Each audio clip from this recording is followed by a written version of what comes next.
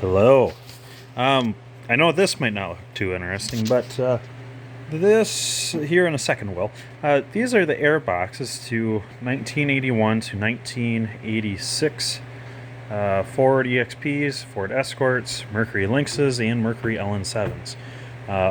Only the carbureted models. EFI models don't have airboxes like these.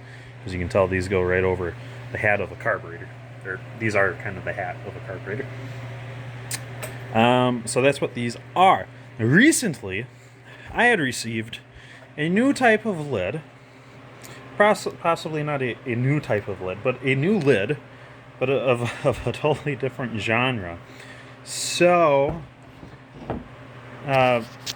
we look closely at this lid. This is one that I had cleaned up quite well, and with the box was just dreadful. Someone had already went and they had mangled a whole bunch of it. This was on the derby car, so it was pretty rough. But what I did was I cut the sides off of it to kind of experiment to see if doing something like this would allow more air to reach the air filter and get into the car, because we know that the stock systems only have this one single snorkel, and it's fairly restrictive. But then also the thing is this part of this front 4 inches of the air filter clogs up before the whole rest of the thing. Yes, you can actually flip it over, and now what was clean back here will be clean up here until it gets dirty again. But then you're not recycling the two sides, other than the fact that sometimes this corner will get kind of messy from the oil separator that goes to it. Anyhow, so I had cut that off for that reason, and I mentioned that solely because now you know why I did it. So there's that. But here is a totally stock system, snorkel and all. I also have a few high output ones, and they have a snorkel on this driver's side of the airbox too. They're all very neato. But these airbox lids, they kind of only come in the two ways. Either they come painted, or they come a raw aluminum. This one I polished some. I didn't spend too much time on it. I just went for a quick polish, just to see how half good it would turn out, and I was satisfied. So sometime I'll spend the time, polish that even further. But then each one of these can come with a 1.6, I think 1.6L high output sticker on the forward face here, and it is actually pretty cool. But I have a totally different airbox lid, like I mentioned, and here it is. Look at that! It's clear. It's made out of a clear plastic or acrylic of some sort, or at least the center is, because you can see here that it's got a aluminum ring or band. And it's just the stock one, and then they cut it, and then they morphed this plastic molded version onto it. Now if we set this over here, set it right over our shiny aluminum one, you can see that every single line is absolutely perfect. Everything about this actually is snots on to the OEM McCoy. So that is really freaking cool. Now, I'm not quite sure how they did this. I don't know if this... Seeing how it's assembled, you can see that the band is on the outside of the plastic. Or acrylic, whatever it is. I'm just going to call it plastic.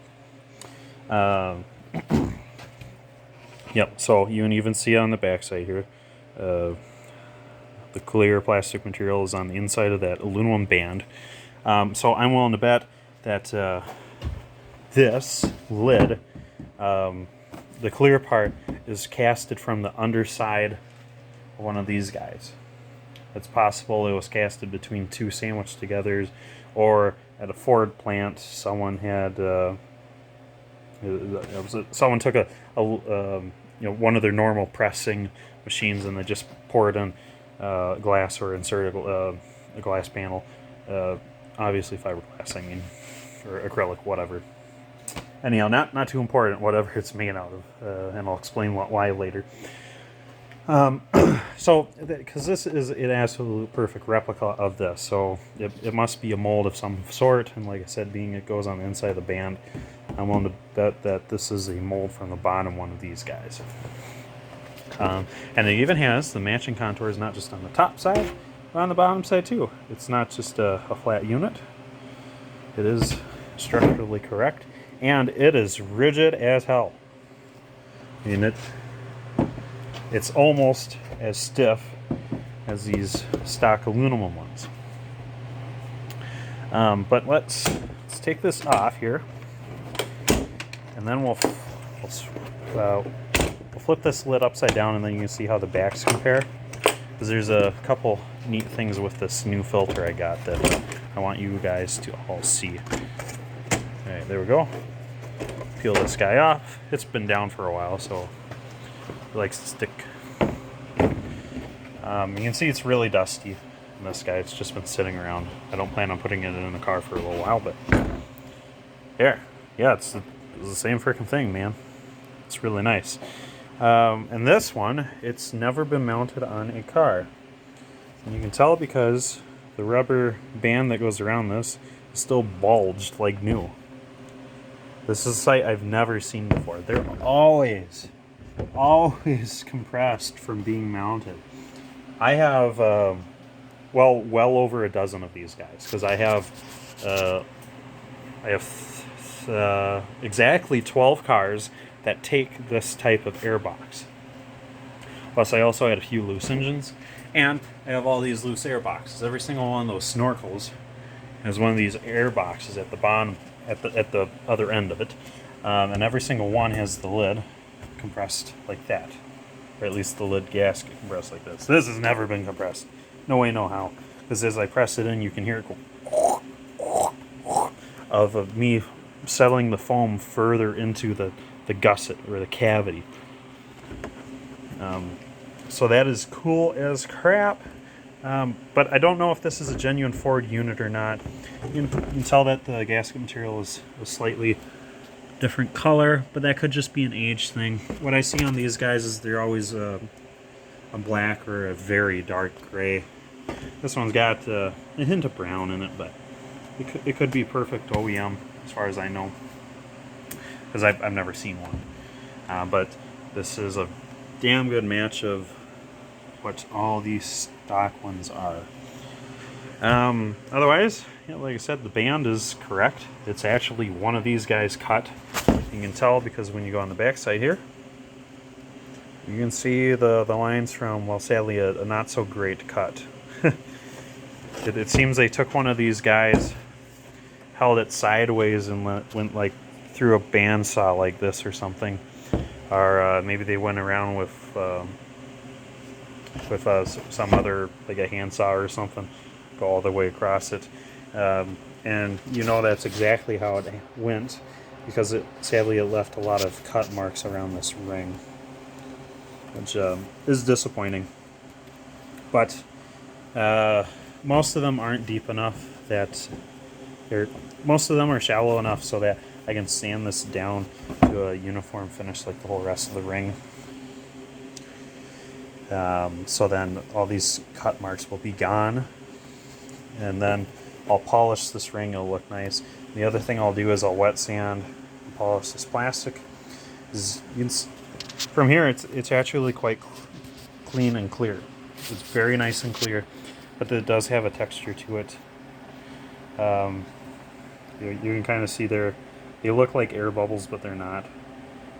But a texture was left behind, so we're going to eliminate that the best we can. Some of it's on the front, a bunch is on the back, and this has never been polished or anything, so we'll clean it up real nice, wet sand, polish it, and then this will look freaking crystal clear. I don't know what this means on the front.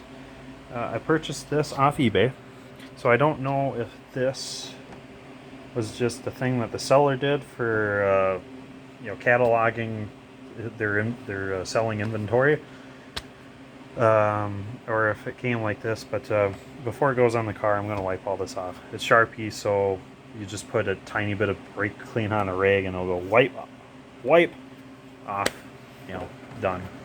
But here, we'll put it on here, on this lid, and you can see this is actually kind of nifty because you can see how it mounts or secures the air filter below it. So I'll do that real quick. I'll clamp this down and then you guys can see this here. Okay, so that was definitely an experience. Like I said, it had never been clamped onto an airbox before. So pulling down each of these latches was actually very difficult. But normally it's real easy. Look at this. Clunk, up, the back down, one thumb, no problem. This guy, oh, it was a fighter. Because the gasket material was about 3 times as thick as it normally is on these guys, probably, maybe even 4. Just because it's never been compressed. So that was very satisfying, but quite difficult. But this is how it looks like once it's installed. And it's neat because you can see how the air filter secures to it. The valley of this guy follows the valley of the air filter. That's why the air filter has a weird shape on the top and the bottom. And then the bottom of the filter tray is similar. It's just flat. But it allows you to flip around the air filter as needed. But yeah, it looks really cool. And here we can show you. We'll mount this up on the car. It makes installing this guy a heck of a lot easier. As you can see everything you're doing. And then if I had a wing nut, we'd snug this down, and it bottoms out on this arc that goes over the carburetor, and then it looks like so. I'm sorry this carb isn't very clean. So sadly, it's not the coolest thing we'll look at right now. But the car this will go on, we'll have something nice in here. But I won't be driving around with this on. It'll be just something I put on for shows. Whether it be a stock EXP or something else. Because one of my engines will have a rack of Cayenne bike carbs on it, and well, nothing looks cooler than a rack of Cayennes, and they'd be you'd see 4 barrels sticking up inside the bottom of one of these air boxes that I'll have modified specifically for that. I have a few that people have gutted by removing this steel arc and then cutting a big hole in it. So some of those I'll be able to kind of donate to the cause. So from afar, it'll look like kind of stock, and you walk up to it and there's these 4 side draft CVKs in there.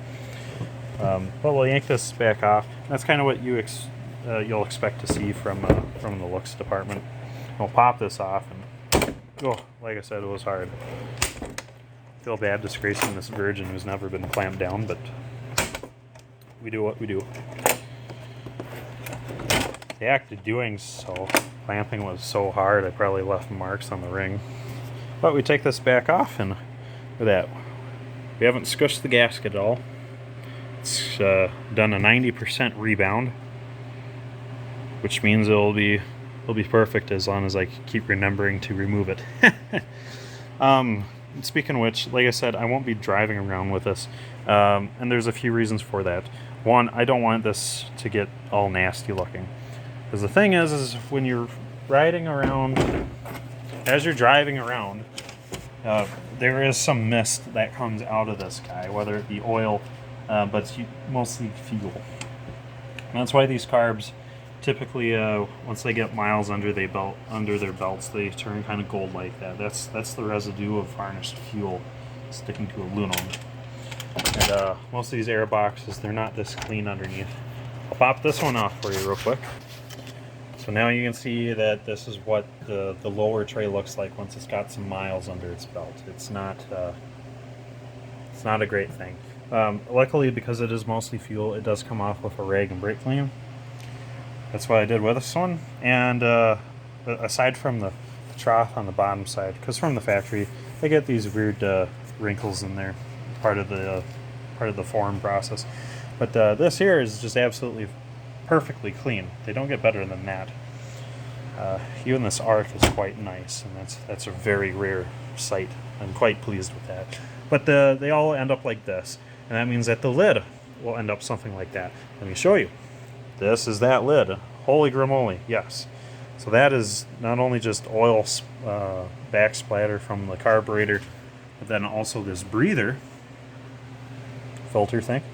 But there's also a good mix of fuel that becomes varnish as it mists out of the carburetor and onto this surface of the lid. That's why it's mostly gold, and there's a whole lot of black from all the oil. And some backfires, I imagine. Yeah, so that's fun. So we're trying to avoid that. I know some of you are going to write in, well, there's also the possibility of it sucking in air. I was going to do this, but someone had already done it before me. Someone had put silicone in the gaps of these guys, and it's clear, so it's quite nice. But what I do have to do is clean off the excess. There's too much on the bottom side, and on the top side, there's just a little too much. Makes it look just a tad bit sloppy. There we go. You can see a few chunks like that. And then sometime I'd also like to clean up these cuts. Some of them just aren't to my liking. Like I said, I'll also sand and polish that band. Then we'll wet sand and polish the top and bottom of this guy. And then the other thing too is, since I don't know what material this is, there's a chance that fuel and the heat of combustion between the two, this guy could warp, and I'm going to completely avoid that by pretty much never running an engine with this on. This will only go on to a car if I have the hood up at a car show. That's the only time you'll ever see this guy. Unless I do an engine cutaway, that'd be cool, right? That'd be real cool. Because I got a 1.6 block that has a broken motor mount. I'm able to fix that, but if I can't find anyone who's willing to do it, then we might go that route. We'll see. Anyhow, but yeah, it's kind of what's going down. So do keep an eye out for future videos as I go and restore this guy, and you'll see it in the titles. Me restoring, and it might be prototype lid. The person I bought this from, they were pretty sure this was a prototype piece. I didn't think it would be, just going off of looks and what I know about these guys. I've never seen nor heard of such a device on an Escort or EXP, but I'd be quite pleased if I'm mistaken. So do let me know if you've ever seen anything like this on an EXP or an Escort. I'd love to know. And like I said, do keep an eye out for me restoring this critter back to its full glory, and then mounting it up on an engine, and then we'll see how great it looks once it's all polished up and everything. So, yep, I'll just let you guys go for now, and we'll see you on the next one.